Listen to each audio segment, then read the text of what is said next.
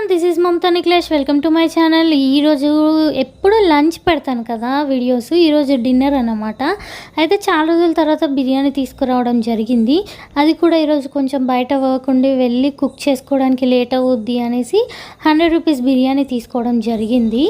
అయితే చాలామంది అడిగే క్వశ్చన్ ఏంటంటే, ఎప్పుడు కూడా బిర్యానీ కానీ వేరే ఏదైనా వెజ్ రెసిపీస్ కానీ ఇలాంటివే ఎక్కువ చేస్తూ ఉంటారు, తింటూ ఉంటారు.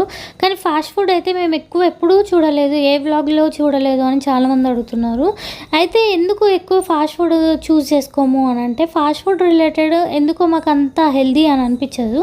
అలా అని బిర్యానీ హెల్దీయా అని అంటే, సో ఫాస్ట్ ఫుడ్తో కంపేర్ చేస్తే అందులో వాళ్ళు వేసే సాస్లు, ఆ సాల్ట్ అవన్నీ కూడా నాకు అన్హెల్దీ అనిపిస్తుంది. ఇది కొంచెం రైస్తో కంపేర్ సేమ్ ఆల్మోస్ట్ రైస్ లాగా ఉంటుంది కాబట్టి ఇది బెటర్ అని నా ఫీలింగ్. మీరేమంటారు?